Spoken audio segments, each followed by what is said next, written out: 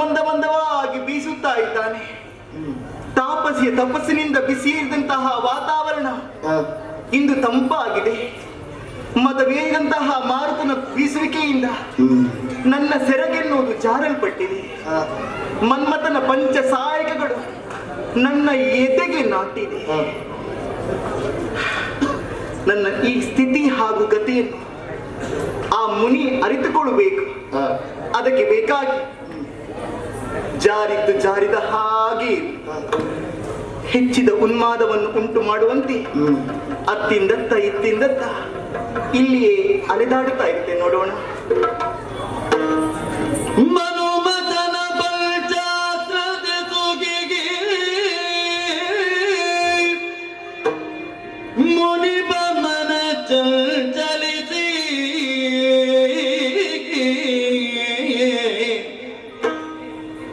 ಮನುಮತನ ಪಂಚಾಸ್ತ್ರದ ಸುಗಿಗೆ ಮುನಿಬಮ್ಮನ ಚಲಿಸಿ ವಿರಚಿ ಪಕ್ಕನದ ಪವ ಮರೆತಾಗ ನಿರುಗಿಸಿ ವನದ ಪರಿಸರವ ನಿರುಗಿಸಿ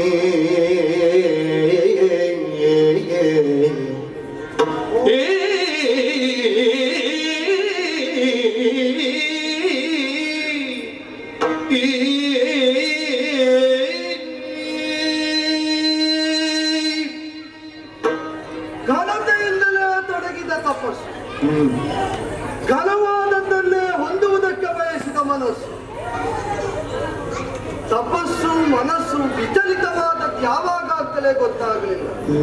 ಕೈಯಲ್ಲಿದ್ದ ದಂಡ ಜಾರಿತು. ಏಕಾಗ್ರವಾದಂತಹ ಮನಸ್ಸು ಬಹಿರಂಗ ವ್ಯಾಪಾರವನ್ನು ಹಂಬಲಿಸಿದ್ದರಿಂದಲೇ ಕಣ್ಣು ತೆರೆದಿತ್ತು. ದೃಷ್ಟಿಯನ್ನು ವಿಸ್ತರಿಸಿ ನೋಡಿದರೆ ಬಾಡಿ ಬಸವಳಿದು ಹೋಗಬೇಕಾಗಿದ್ದ ತಪೋವನದ ಈ ಪ್ರದೇಶ ಹಸಿರುಡುಗೆಯನ್ನುಟ್ಟು ನಳನಳಿಸ್ತಾ ಇರುವುದನ್ನು ಗಮನಿಸ್ತಾ ಇದೆ. ತಪಸ್ಸು ಫಲಿಸುವುದಕ್ಕಾಗುವಾಗ ಬಾಡಿದ್ದು ಬೆಂದದ್ದೆಲ್ಲ ಮತ್ತೆ ಅರಳುತ್ತದೋ ಹೇಗೆ? ಬ್ರಹ್ಮರ್ಷಿತ್ವದ ಯಾನ ನಿರಂತರವಾಗಿ ಸಹಸ್ರಾಬ್ದಿಗಳ ತನಕ ಮುಂದುವರಿಯುತ್ತಾ ಇದ್ದರು. ಅನುಭವ ಹೊಸತೆ, ನನಗೂ ಪೂರ್ವ ಅನುಭವ ಇದೆ. ಹಾಗೆ ಲೋಕದ ಅನ್ಯ ವಸ್ತು ವಿಷಯಗಳನ್ನು ಪ್ರಣಯ ಭಾವದಿಂದ ಕಾಣಲಾರೆ. ಪ್ರಣವ ಒಂದರತ್ತಲೇ ಪ್ರಣಯ ಎಂಬ ಭಾವದಿಂದ ಏಕಾಗ್ರವಾದ ಮನಸ್ಸು ಇದು ವಿಚಲಿತ ಆಗುವುದಕ್ಕೆ ಬಿಡಬಾರದು. ಪರಿಸರ ಏನೇ ಇರಲಿ, ತಾನಾಗಿ ಅರಳಿದ್ದೋ ದೇವತೆಗಳ ಊಟವೋ ಯಾರಿತ್ತು, ಅದಕ್ಕೆ ನಾವು ವಿಮರ್ಶರಾಗುವುದಕ್ಕಿಲ್ವಲ್ಲ. ಸವಶದಲ್ಲೇ ನನ್ನ ಮನಸ್ಸು ಬುದ್ಧಿ ಇರಬೇಕಾಗಿ ಮತ್ತೆ ಆಸನ ಬದಲಿದರು. ಮೊದಲಿಂದ ತೊಡಗಬೇಕಾಗಿದೆ, ತೊಡಗಿಸಿಕೊಳ್ತೇವೆ.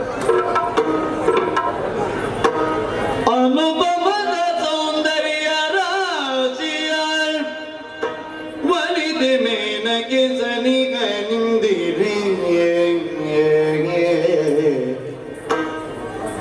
ಅನುಪಮದ ಸೌಂದರ್ಯ ರಾಶಿಯ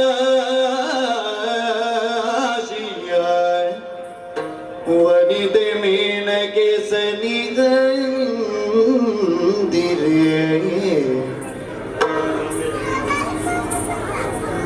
ವನಜ ಮುಖಿಯಳ ಅಂಗಸೌಷ್ಠವ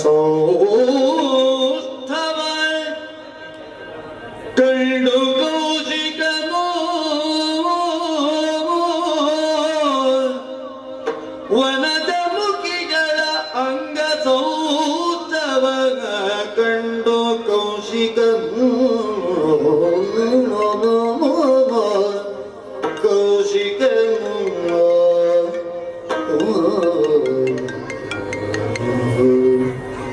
ಸಹಸ್ರಾಬ್ದಿಗಳಿಂದ ತಪ್ಪಿಸ್ತಾ ಇರುವ ಮುನಿಪತಿಯೊಬ್ಬ ಇದ್ದಾನೆ ಇಲ್ಲಿ ಎಂಬುದರ ಅರಿವು ಇಲ್ಲದವಳು ಇಲ್ಲಿ ಸುಮ ಸಂಚಯನ ಕಾಡರಳುತ್ತದೆ ಅಂತ ಮೊದಲೇ ಗೊತ್ತು. ಅದಲ್ಲದಿದ್ರೆ ಹೂವರಿಸಿಕೊಂಡಿಲ್ಲ. ನೋಡಿದರೆ ಕಣ್ಣೋಡಿ ಇಲ್ಲ ತಪ್ಪಿಸುವುದಕ್ಕೆ ಕುಳಿತವರಿಗೆ ಪರಿಸರದ ಕುರಿತ ಆಕರ್ಷಣೆ ಯಾಕೆ? ನಮ್ಮ ಧ್ಯಾನ ಏನಿದ್ದರು ಆ ಪದದತ್ತ, ಬ್ರಹ್ಮರ್ಷಿ ಪದದತ್ತ ಕಣ್ಮುಚ್ಚೋಣ, ಹೊರಗಿನಿಂದ ಬೇಕಾದದ್ದಾಗಲಿ ನಾವು ಗಮನಿಸಬೇಕಾಗಿಲ್ಲ. ಕನಕಮಯತನು ಬಿಂಬ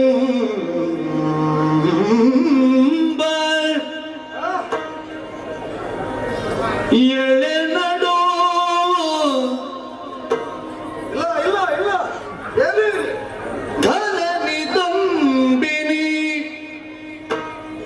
ಕೊಡಗು ಜಾಗನೆ ವನದೆಡೆಗೆ ತಾ ಬಂದಳಿಕೆ ವನದೆಡೆಗೆ ತಾ ಬಂದಳಿಕೆ ತಾ ಬಂದಳಿಕೆ ಎನ್ನುತ್ತ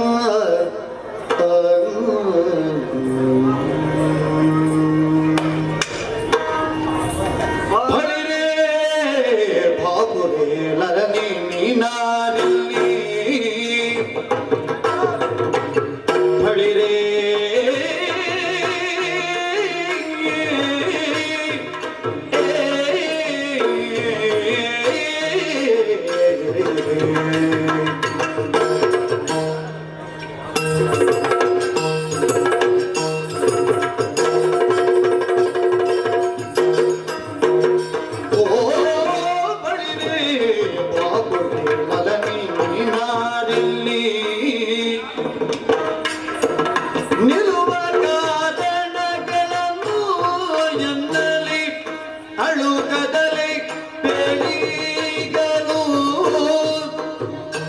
ನಿಲ್ಲುವ ಕಾರಣಗಳನ್ನು ಎಂದಲಿ ಅಳುಕದಲೆ ಬೆಳಿಗಲು ಓ ಬಳಿರೆ ನೀನಾರಲ್ಲಿ ಬಳಿರೆ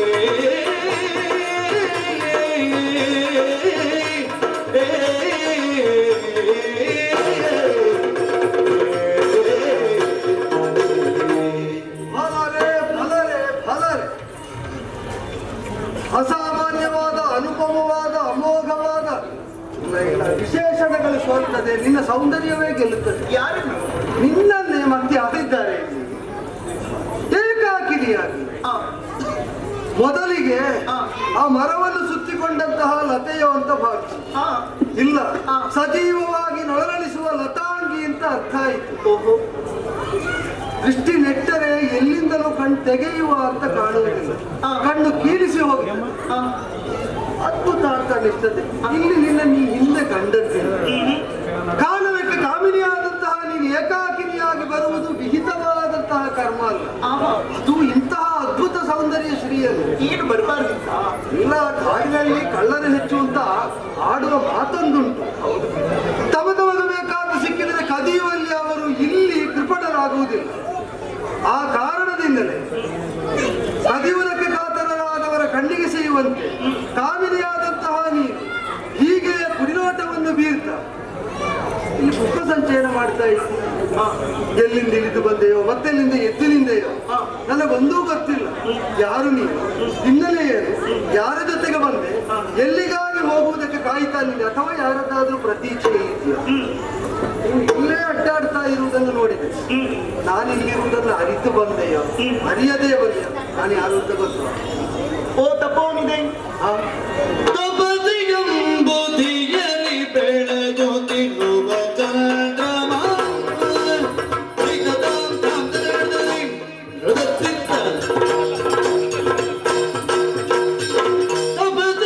ತಪದಿಯಂಬುದಿಯಲಿ ಬೆಳಗುತ್ತಿರುವ ಚಂದ್ರಮ ತಪದಿಯಂಬುದಿಯಲಿ ಬೆಳಗುತ್ತಿರುವ ಚಂದ್ರಮ ಬೆಳಗುತ್ತಿರುವ ಚಂದ್ರಮ ಬೆಳಗುತ್ತಿರುವ ಚಂದ್ರಮ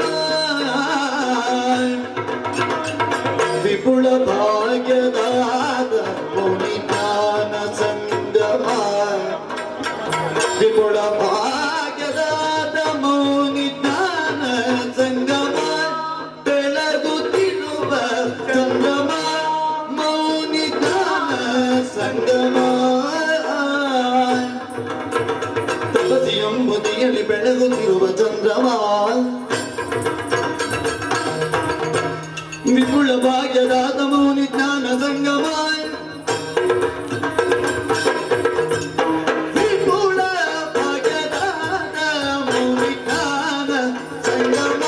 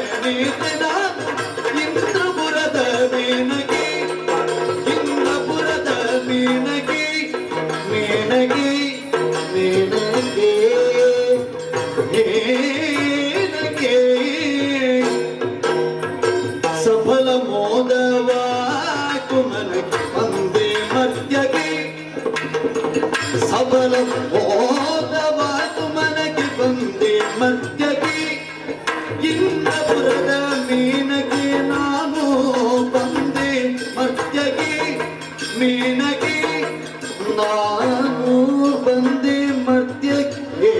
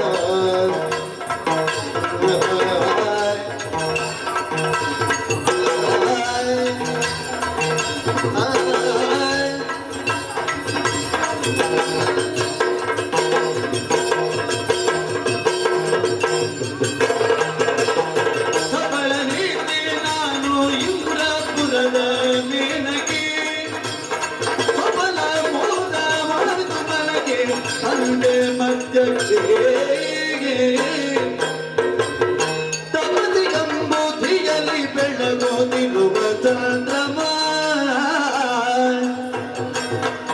ವಿಪುಲ ಭಾಗ್ಯದಾದ ಮೌನಿ ಜ್ಞಾನ ಸಂಗಮ ಬೆಳಗುತ್ತಿರುವ ಚಂದ್ರಮ ಜ್ಞಾನ ಸಂಗಮ ಚಂದ್ರಮ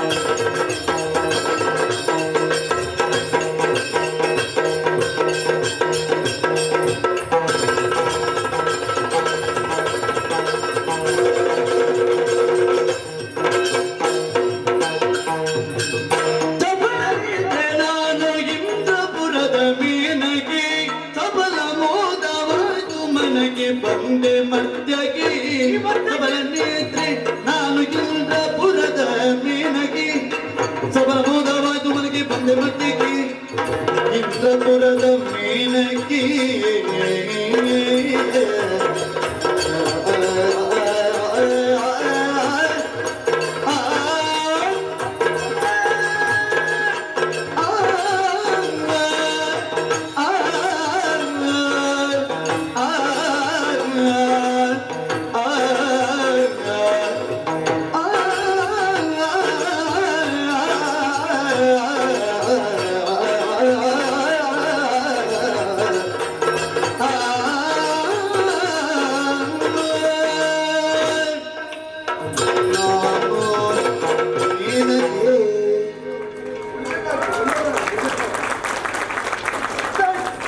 ಆಶ್ಚರ್ಯ, ನೀನಿಷ್ಟು ಬೆವರದು ಹೇಗೆ?